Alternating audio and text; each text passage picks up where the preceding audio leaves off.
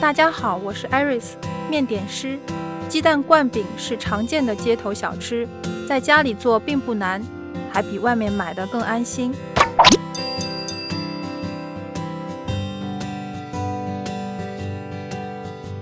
中筋面粉加沸水，一边加一边搅拌，烫掉一部分面筋，面饼口感会更柔软。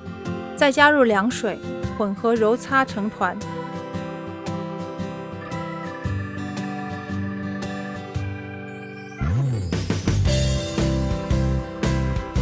盖上保鲜膜，静置松弛至少1小时。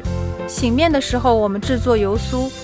低筋面粉中加入加热的色拉油，搅拌到均匀细腻，冷却备用。松弛好的面团揉至光滑，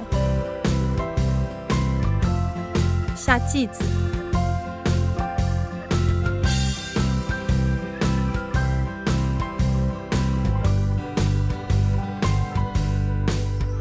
分别包入油酥，收拢成团，静置15分钟。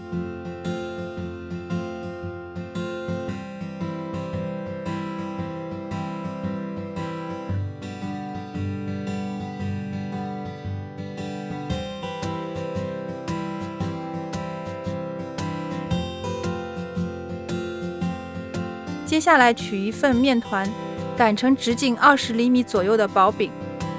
我们可以提前1晚做好面饼，冷冻保存，早晨起来直接煎就行了。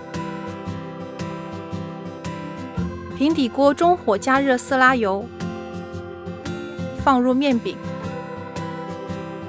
鸡蛋液中加入盐和葱花搅匀，等面饼慢慢膨胀。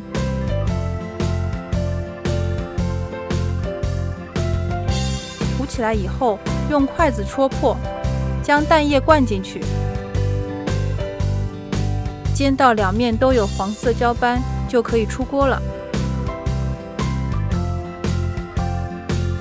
最后来组装一下，饼皮涂上甜面酱、辣酱，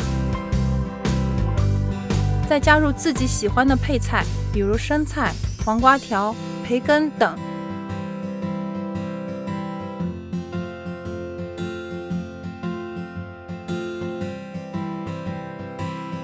又酥又香，特别管饱。